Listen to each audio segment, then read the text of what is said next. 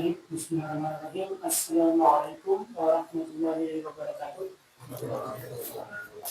Innal hamdalillah nahmaduhu wa nasta'inuhu wa nastaghfiruh wa na'udzu billahi min shururi anfusina wa min sayyiati a'malina. May yahdihillahu fala mudilla lahu wa may yudlilhu fala hadiya lahu.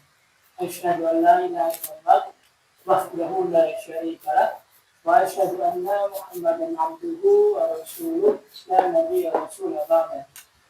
Alhamdulillah, terima kasih atas kehadiran Bapak-bapak, jamaah, alaqah, Griya Mumtaz Residence yang insya Allah kita rutinkan setiap bulannya. Dan terima kasih juga pada Ustaz yang sudah hadir di tengah-tengah kita. Dan insya Allah pada pertemuan pada malam hari ini kita akan membahas lanjutan dari kitab Bulughul Maram. Untuk efisiensi waktunya, karena Ustaz sudah di antara kita, mari kita sama-sama membuka kajian ini dengan sama-sama membaca basmalah. Bismillahirrahmanirrahim. Pada Ustaz, waktu dan tempat kami persilakan. Bismillahirrahmanirrahim. Assalamualaikum warahmatullahi wabarakatuh.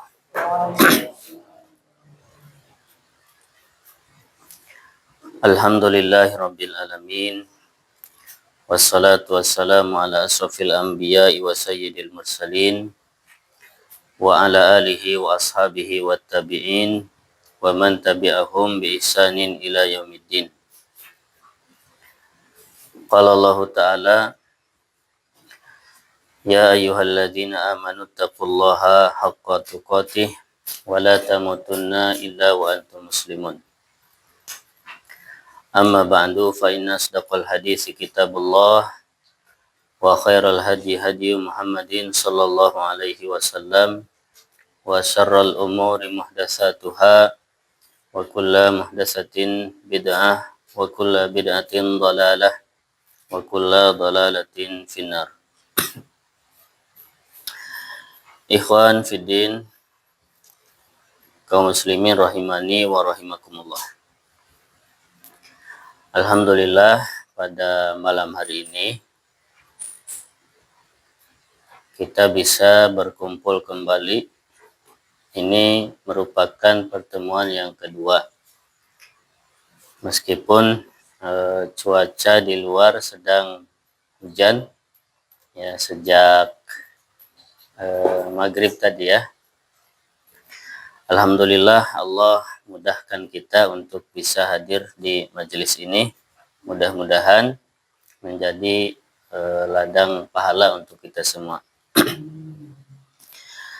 Salawat dan salam mudah-mudahan tercurah kepada Nabi kita Nabi Muhammad SAW beserta keluarga beliau, para sahabatnya dan para pengikutnya. Dan mudah-mudahan kita termasuk golongan orang-orang yang mendapatkan syafaat beliau di hari kiamat nanti. Amin ya rabbal alamin. Ikhwan fiddin rahimakumullah, kita akan lanjutkan kajian rutin kita ya. Kitab yang kita bahas kemarin sudah kita jelaskan. Nama kitabnya Tawdihul Ahkam, yang merupakan syarah dari kitab Bulughul Maram. Tayyib. Antum sudah punya kitabnya belum? Ada yang sudah bawa kitabnya? Ada berapa? Masing-masing. Udah ada ya? Versi Arab atau terjemahan? Terjemahan. Nggak apa-apa, nanti Ana juga sambil belajar ya. Karena ada beberapa kosakata mungkin nanti yang kita butuh terjemahan. Tayyib. Kemarin sudah kita baca tentang Tarjamatul Mu'allif ya. Biografi Al-Mu'allif, yaitu Imam Ibnu Hajar Al-Asqalani ya. muallif kitab Bulughul Maram. Kemudian sudah kita baca juga ya, penjelasan ringkas tentang kedudukan kitab Bulughul Maram ya. Jadi kemarin kita sudah bahas 2 poin. Yang pertama, biografi Al-Imam Ibnu Hajar Al-Asqalani rahimahullah.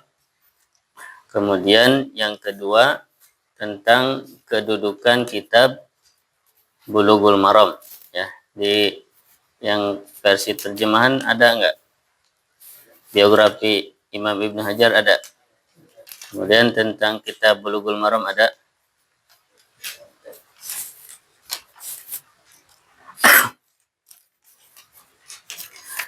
Malam ini kita akan baca dari Muqaddimah Al-Mu'allif. Muqaddimah penulis kitab Bulughul Maram yaitu Al-Imam Al-Hafidh Ibnu Hajar Al-Asqalani rahimahullah. Tayyib. Qala al-mu'allifu rahimahullahu ta'ala wa nafa'allahu bihi wa bi ulumihi fid darain. Bismillahirrahmanirrahim.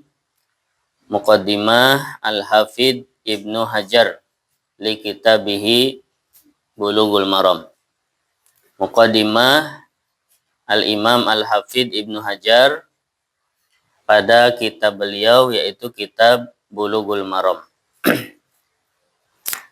Beliau berkata, alhamdulillahi ala ni'amihi dhahirati wal batinah qadiman wa hadisan. Coba dibaca terjemahannya sampai situ. Siapa? Pak Erwin atau siapa?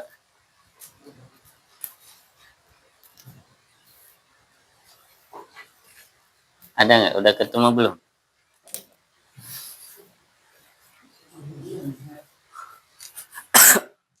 Muqaddimah Imam Ibnu Hajar ada nggak di situ? Di sini ada biografi pengarang. Ya, terus? Di sini tidak ada Arabnya, full teksnya dengan bahasa Indonesia Latin. Ya. Di sini dituliskan bahwa Al-Imam Al-Alamah Al-Hafiz Abu Al-Fadl. Enggak, bukan itu. Itu biografi. Ya. Itu udah lewat. Muqaddimahnya. Terus habis biografi muqaddimah. Ada enggak?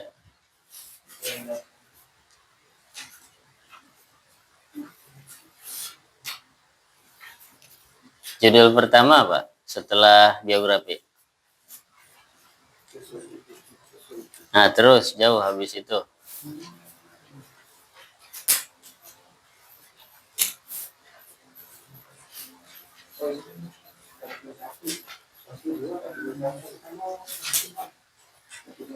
Ada halaman berapa? 121.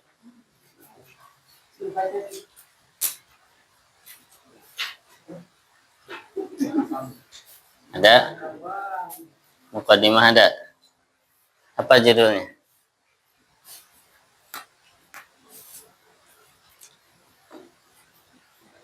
Coba siapa yang baca?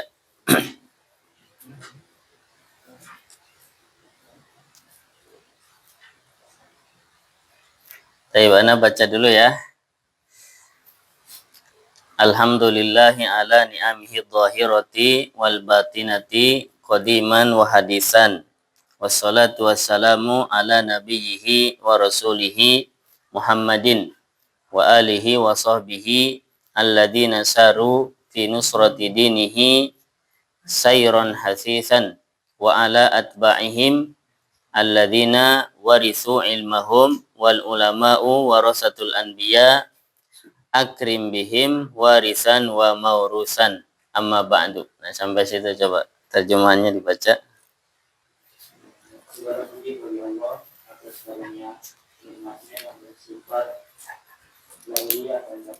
Ya, terus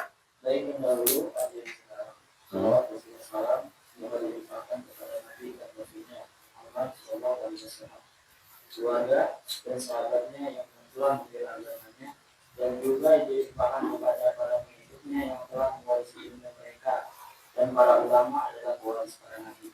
Allah Ta'ala memuliakan mereka sebagai ahli waris dan wali nabi. Ya, baik.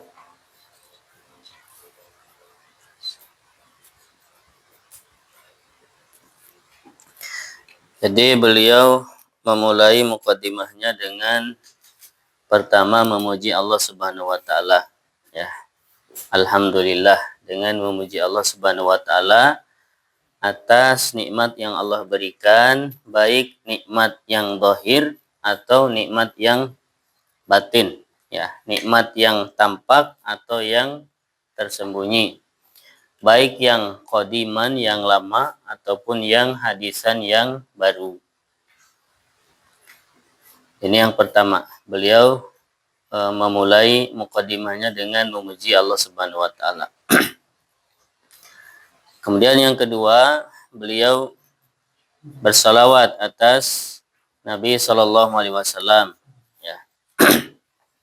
Wassalatu wassalamu ala nabihi wa rasulihi Muhammadin. Ya, bersalawat atas Nabi dan Rasul, yaitu Nabi Muhammad sallallahu alaihi wasallam, wa alihi, kemudian juga ya, semoga salawat dan salam kepada keluarga beliau, wa sahbihi, dan juga para sahabatnya, yang mana mereka sudah menolong agama Allah Subhanahu wa taala. Kemudian juga kepada atba'ihim, ya, para pengikut, ya, dan mudah-mudahan termasuk kita, ya, para pengikut mereka, ya, dari generasi para ulama, ya, dan para ulama adalah pewaris para nabi, ya. Semoga Allah memuliakan mereka, ya, pewarisnya dan yang diwarisinya, ya, warisan wa maurusan. Baik. Selanjutnya beliau berkata, fahada mukhtasarun yastamilu ala usulil adillatil hadisiyyati lil ahkami syar'iyyah, harrartuhu tahriran baligon liyasira man yahfaduhu min baini aqranihi nabighan wa yasta'ina bihi at-talibu al-mubtadi'u wa la yastagni anhu ar-ragibul muntahi. Terjemahannya,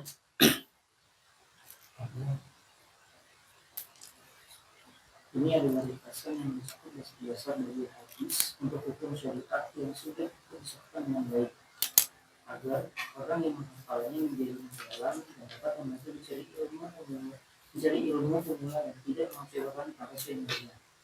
Aku menjelaskan para ulama yang mentahrijh hadis. Cukup sampai yang tadi. Ya, jadi beliau mengatakan fahada mukhtasar. Ini adalah ringkasan, ya. Jadi kitab Bulughul Maram ini merupakan ringkasan, ya. Mukhtasar, ringkasan itu berarti diringkas dari yang panjang menjadi pendek, ya. Yang banyak menjadi sedikit, itu namanya mukhtasar. Karena beliau mengumpulkan hadis-hadis yang ada dalam kitab ini dari sumber utamanya, ya, ngambil dari Sahih Bukhari, dari Sahih Muslim, dari kitab Sunan dan yang lainnya. Jadi ini disebut oleh beliau dengan mukhtasar. Nah, mukhtasar ini mencakup kepada usulul adillah, ya, pokok-pokok atau dasar-dasar dalil-dalil yang bersifat al-hadisiyah, ya, hadis, lil ahkami syar'iyyah, terhadap hukum-hukum syariat. Nah, jadi hadis-hadis yang beliau bawakan di kitab ini itu berkaitan dengan dalil-dalil masalah hukum atau masalah fikih. Ya, makanya kitab Bulughul Maram ini, meskipun dia itu hanya kumpulan hadis-hadis, tetapi itu hadis-hadis yang berkaitan tentang hukum atau fikih. Nah, kemudian beliau menjelaskan tujuannya. Ya. Tujuan dibuatnya kitab ini, ya, liyasira man yahfaduhu min baini aqranihi nabigon wa yasta'ina bihi talibul mubtadi wa la yastagni anhu ragibu al muntahi. Ya, agar yang mau menghafalnya, ya, atau pemula juga bisa menggunakan kitab ini. Begitu juga orang yang mungkin sudah kalangan atas juga bisa menggunakan kitab ini sebagai pembantu atau landasan, ya, dalam mempelajari tadi hukum-hukum syar'i. Kemudian beliau mengatakan waqad bayantu aqiba kulli hadisin man akhrajahu minal a'immah li iradati nusil ummah. Dan aku sudah menjelaskan di akhir setiap hadis imam yang mengeluarkannya, ya, dengan tujuan untuk menasihati umat. Ya, jadi setiap di akhir hadis beliau membawakan hadis ini diriwayatkan oleh siapa. Ya, nanti kita akan coba buka. Fal muradu bisab'ah Ahmadu wal Bukhari wa Muslim wa Abu Dawud wa Tirmidzi wa Ibnu Majah wa Nasa'i. Maka yang dimaksud dengan as-sab'ah, ya, nanti di hadis itu suka ada, misalkan ada hadis tertentu, kemudian Imam Ibnu Hajar mengatakan akhrajahu sab'ah. Hadis ini dikeluarkan oleh imam yang 7. Nah, yang dimaksud 7 adalah 1 Imam Ahmad, 2 Imam Bukhari, 3 Imam Muslim, 4 Imam Abu Dawud, 5 Imam At-Tirmidzi, 6 Imam Ibnu Majah, 7 Imam An-Nasa'i. Nah, jadi kalau Imam Ibnu Hajar menyebutkan hadis riwayat imam yang 7, nah yang dimaksud 7 adalah imam yang tadi. Ya, jadi penulis 2 kitab sahih, yaitu Imam Bukhari dan Imam Muslim, ditambah 4 penulis kitab sunan, ya, Sunan Abu Dawud, Sunan Tirmidzi, Sunan Ibnu Majah, Sunan Nasa'i, ditambah Imam Ahmad, ya, penulis kitab Al-Musnad, jadi 7. Wabisittah, kemudian yang dimaksud dengan 6, ya, kalau ada beliau mengatakan akhrajahu as-sittah, hadis ini dikeluarkan oleh imam yang 6. Yang dimaksud 6 adalah man ada Ahmad, yaitu yang 7 tadi selain Imam Ahmad. Nah, itu jadi 6. Jadi kalau riwayat imam yang 6 berarti yang 7 tadi dikurangi Imam Ahmad. Ya. Wabil khamsati man adal Bukhari wa Musliman. Kemudian yang dimaksud imam yang 5 yaitu selain Imam Al-Bukhari dan Imam Muslim. Ya, berarti kalau 5 berarti itu penulis kitab sunan yang 4 ditambah Imam Ahmad. Ya, itu kalau 5. Kalau 6 tadi, ya, penulis kitab Sahihain Imam Bukhari dan Muslim ditambah penulis kitab sunan yang 4 jadi 6. Kemudian waqad aqulu al-arba'atu wa Ahmad.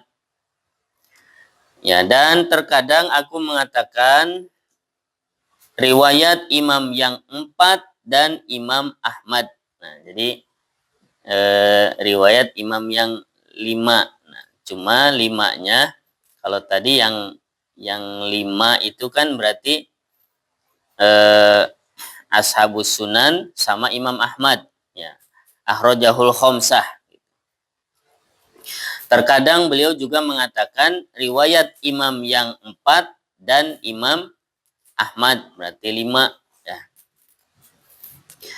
Kemudian wabil arba'ati, yang dimaksud riwayat imam yang 4 yaitu man ada salah satu uwal, ya, selain 3 imam yang pertama. Nah, berarti selain siapa? Ya, berarti yang 7 kecuali yang 3 pertama, Imam Ahmad, Imam Bukhari, dan Imam Muslim. Berarti sisanya 4, yaitu Ashabus Sunan. Yang 4 itu namanya Ashabus Sunan. Ya, Abu Dawud, Tirmidzi, Ibnu Majah, dan An-Nasa'i. Itu disebutnya Ashabus Sunan. Ashabus Sunan itu para pemilik kitab Sunan. Karena kitab mereka namanya Sunan. Ya, Sunan Abu Dawud, Sunan Tirmidzi, Sunan Ibnu Majah, Sunan Nasa'i. Kalau kitab Imam Bukhari dan Imam Muslim namanya kitab Sahih. Makanya disebut kitab As-Sahihain. 2 kitab sahih. Ya. Baik. Jadi yang dimaksud 4 ya adalah yang 7 tadi dikurangi 3 yang pertama. Wabis salasah, kemudian yang dimaksud yang 3 atau riwayat imam yang 3 yaitu man adahum, yang selain mereka, wa adal akhir, dan selain yang terakhir. Selain mereka berarti selain siapa?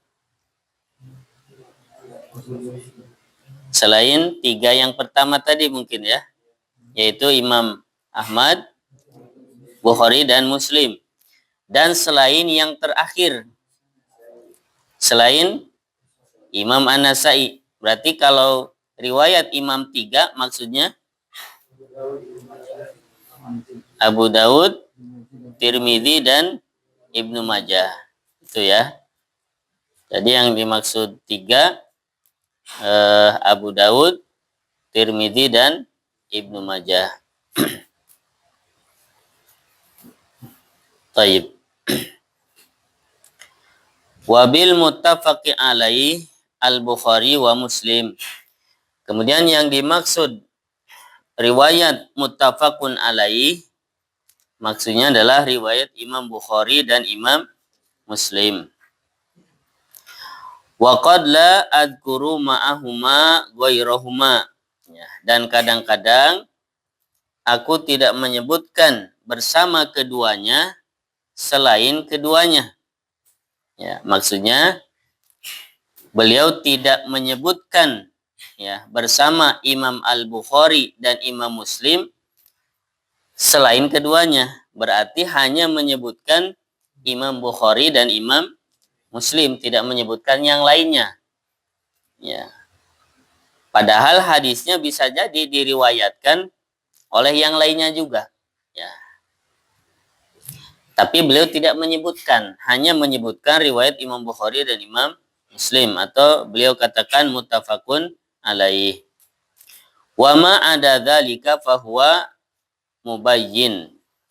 Adapun selain itu, maka itu mubayyin, ya, penjelas. Tayyib.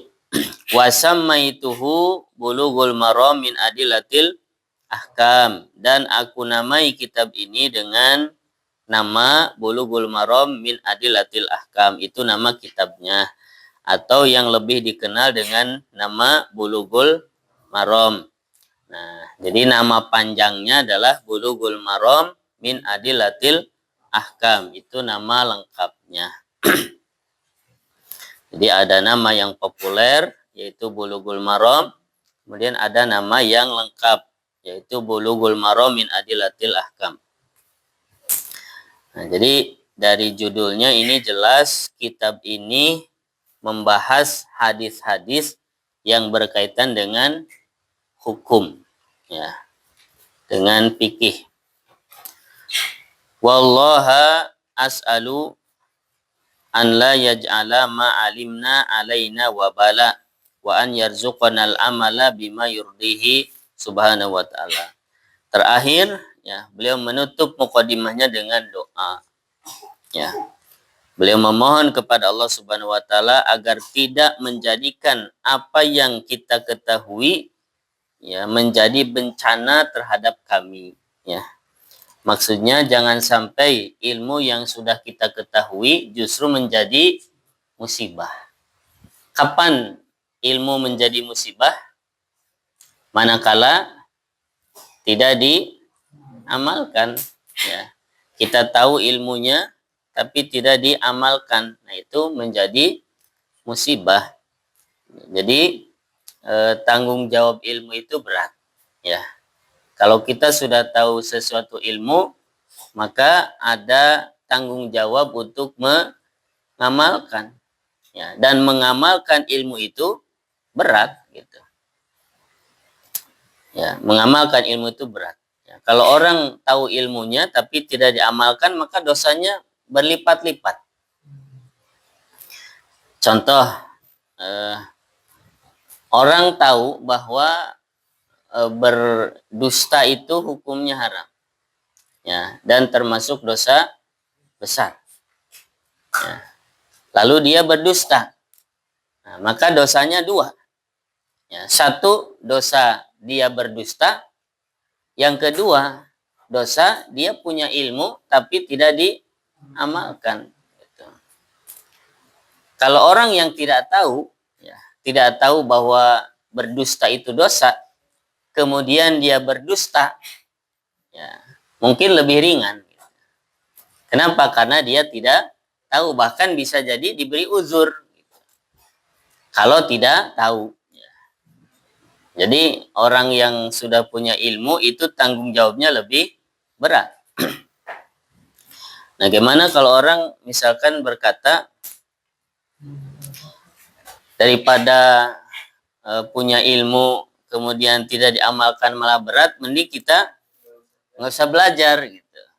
Ya, karena takut kalau punya ilmu malah berat gitu. Mending nggak usah tahu gitu, nggak usah tahu sekalian. Nah, ini salah gitu. Kalau orang nggak mau tahu, nggak mau belajar, itu namanya i'rad. Ya, i'rad itu berpaling. Nggak mau belajar, berarti itu namanya i'rad. Ya. Nah, dalam Al-Quran disebutkan, waman a'radu an dzikri fa inna lahu ma'isyatan dhanka wa nahsyuruhu yaumal qiyamati a'ma. Ya, siapa yang a'radu berpaling an dzikri, ya, dari berzikir kepadaku, ya, termasuk dari belajar, berpaling nggak mau belajar, maka fa inna lahu ma'isyatan dhanka, baginya adalah kehidupan yang sempit, ya. Dan nanti di hari kiamat dikumpulkan dalam keadaan apa? Buta. Itu kalau nggak mau belajar. Jadi kita belajar apa? Jangan. Ya belajar, nggak ada pilihan. Ya. Kalau antum sengaja nggak mau belajar, ya dosa. Yang diberi udzur itu yang tadi, yang nggak tahu gitu. Tapi kalau orang sengaja nggak mau tahu, ya itu berdosa, nggak mau belajar berarti. Nah, jadi kita belajar dan berusaha mengamalkan ilmu yang sudah kita pelajari. Ya. Nah, ini berdoa. Jadi mohon kepada Allah jangan sampai ilmu yang sudah kita ketahui menjadi bencana. Kemudian yang kedua, beliau berdoa wa an yarzuqana al-amala bima yurdihi. Dan mudah-mudahan Allah memberikan karunia kepada kita, yaitu berupa al-amal, ya, mengamalkan apa yang Allah ridhoi, itu ya. Jadi memohon kepada Allah ya, agar amal-amal yang kita lakukan ini adalah amalan yang Allah ridhoi. Baik, ini mukadimah dari kitab Bulughul Maram, ya. Mukadimahnya tidak panjang, ringkas, jadi hanya pendahuluan, ya, memuji Allah, kemudian bersalawat atas Nabi, kemudian langsung penjelasan tentang kitab.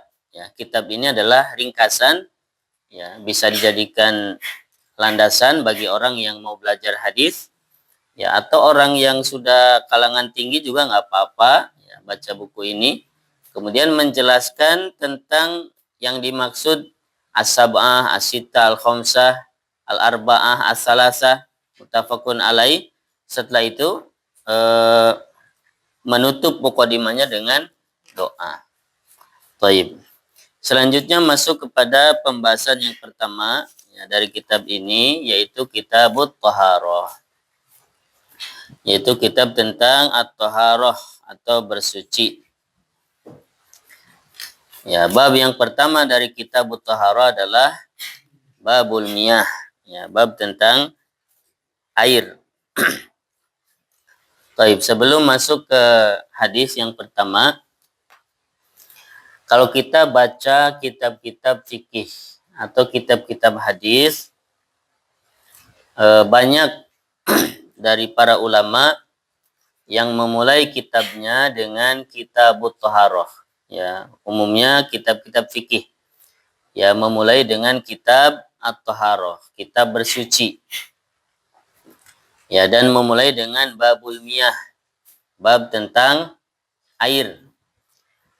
Nah, hikmahnya adalah, atau salah satu hikmah kenapa dimulai dengan Kitabut Thaharah dan dimulai dengan bab air, ini menunjukkan perhatian agama Islam terhadap kesucian dan kebersihan. Karena nanti di Kitabut Thaharah ini akan dibahas tentang kesucian dan kebersihan. Ya, suci lahir dan batin. Ya, akan dibahas nanti tentang berwudu. Ya, bahkan sebelum membahas tentang berwudu, membahas tentang airnya dulu. Ya, air yang boleh untuk wudu dan air yang tidak boleh. Karena kita berwudu menggunakan air. Nah, jangan sampai air yang digunakan untuk wudu itu air yang tidak boleh dipakai untuk wudu. Gitu. Nah, jadi begitu besarnya perhatian Islam terhadap kesucian ya, dan kebersihan. Ya, diajarkan berwudu, diajarkan mandi, ya, tata cara wudu bagaimana, tata cara mandi bagaimana. Ya, ini perhatian Islam terhadap kesucian lahir dan batin. Dan banyak dalil-dalil baik ayat Al-Quran atau hadis Nabi yang memerintahkan kita untuk menjaga kesucian dan kebersihan. Di antaranya dalam Al-Quran Allah berfirman wasiyabaka fatahhir, ya, dan pakaianmu maka sucikanlah. Kemudian dalam hadis ya, Nabi pernah ya suatu hari ketika sedang safar dengan para sahabatnya, kemudian Nabi singgah di satu tempat.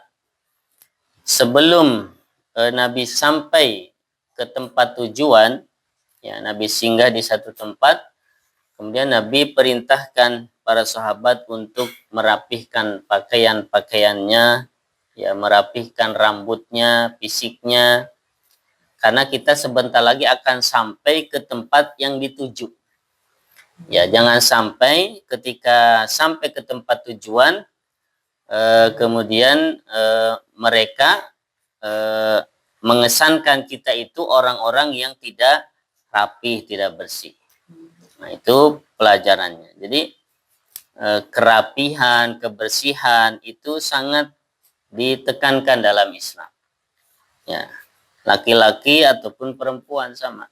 Jadi yang diperintahkan untuk berhias itu bukan hanya perempuan, ya, kita juga ya sebagai suami diperintahkan, ya, perintahkan pakai minyak wangi, ya, kalau mau ke masjid, ke majelis ilmu, kemudian bersiwak, ya, kemudian kalau rambut acak-acakan boleh disisir, ya, yang nggak boleh itu membiasakan, ya, merutinkan, ya, karena menyisir rambut setiap saat itu adalah kebiasaan perempuan. Ya. Nah, kita laki-laki berbeda dengan perempuan. Baik. Ini salah satu hikmah kenapa diawali dengan kitab At-Thaharah, kemudian bab Al-Miyah. Baik, berkata Al-Mu'allif, yaitu penulis kitab Tawdihul Ahkam ya Syekh Abdullah bin Abdurrahman Al-Bassam rahimahullah taala. Beliau menjelaskan tentang makna kitab, kemudian makna toharoh, kemudian makna bab, dan makna almiyah. Ya, Anda bacakan secara ringkas saja. Kitab secara bahasa itu dari kataba, ya, yang maknanya al-jam'u, ya, yaitu mengumpulkan. Ya, jadi kitab secara bahasa artinya al-jam'u, mengumpulkan. Dinamakan kitab li jam'ihil huruf wal kalimat wal jumal. Disebut kitab ya karena dia mengumpulkan huruf, mengumpulkan kata, dan mengumpulkan kalimat ya. Maka disebut kitab ya. Wa huwa huna bima'nal maktub. Nah, kitab di sini maknanya maktub, catatan atau tulisan. Ya, tulisan yang berkaitan dengan toharoh. Jadi kitab tapi maknanya maktub. Ya. Kitab itu isim masdar, ya, tapi yang dimaksud dari kitab adalah maktub, ya, yang ditulis, yang berkaitan dengan at-toharoh, kesucian. Baik, kemudian toharoh cara bahasa adalah an-nadhafah wan nazahah, kebersihan dan kesucian, anil akdar, ya, dari kotoran-kotoran, baik yang bersifat hissiyah, ya, yang bisa diraba, atau yang bersifat maknawiyah, yang bersifat maknawi, yang tidak bisa diraba. Termasuk kotoran adalah kesyirikan, itu kotoran. Kemudian yang dimaksud toharoh secara istilah adalah irtifa'ul hadas bil ma'i awit turab at-tahuraini al-mubahaini wa zawalun najasah. Yang dimaksud bersuci adalah mengangkat hadas, ya, atau menghilangkan hadas dengan air atau dengan tanah yang suci dan mubah. Ya, menghilangkan hadas dengan air atau dengan tanah yang suci dan mubah. Ya, berarti nggak boleh dengan yang haram, karena harus dengan yang mubah, yang boleh. Wa zawalun najasah, dan hilangnya najis. Ya. Itu yang dimaksud toharoh. Jadi toharoh itu menghilangkan hadas. Ya, misalkan antum kencing, itu hadas. Ya, atau buang angin, ya, itu hadas. Nah, gimana menghilangkan hadas itu? Ya, kalau dengan air berarti dengan berwudu. Ya, kalau dengan tanah berarti tayamum. Nah, itu bersuci. Atau misalkan antum junub, ya, seorang suami mendatangi istri, berarti itu junub. Itu juga hadas. Ya, hadas besar, karena hadas ada dua, ya, ada hadas kecil, ada hadas besar. Nah, hadas besar contohnya junub. Seorang suami mendatangi istri, itu hadas besar, junub. Nah, gimana menghilangkannya? Kalau dengan air berarti dengan mandi, ya, namanya mandi junub atau mandi janabah. Ya, nggak cukup menghilangkan hadas besar itu dengan wudu, harus dengan mandi. Nah, kalau air nggak ada, maka dengan tanah, yaitu dengan tayamum. Ya, antum misalkan junub, ya, seorang suami misalkan mendatangi istri junub, berarti.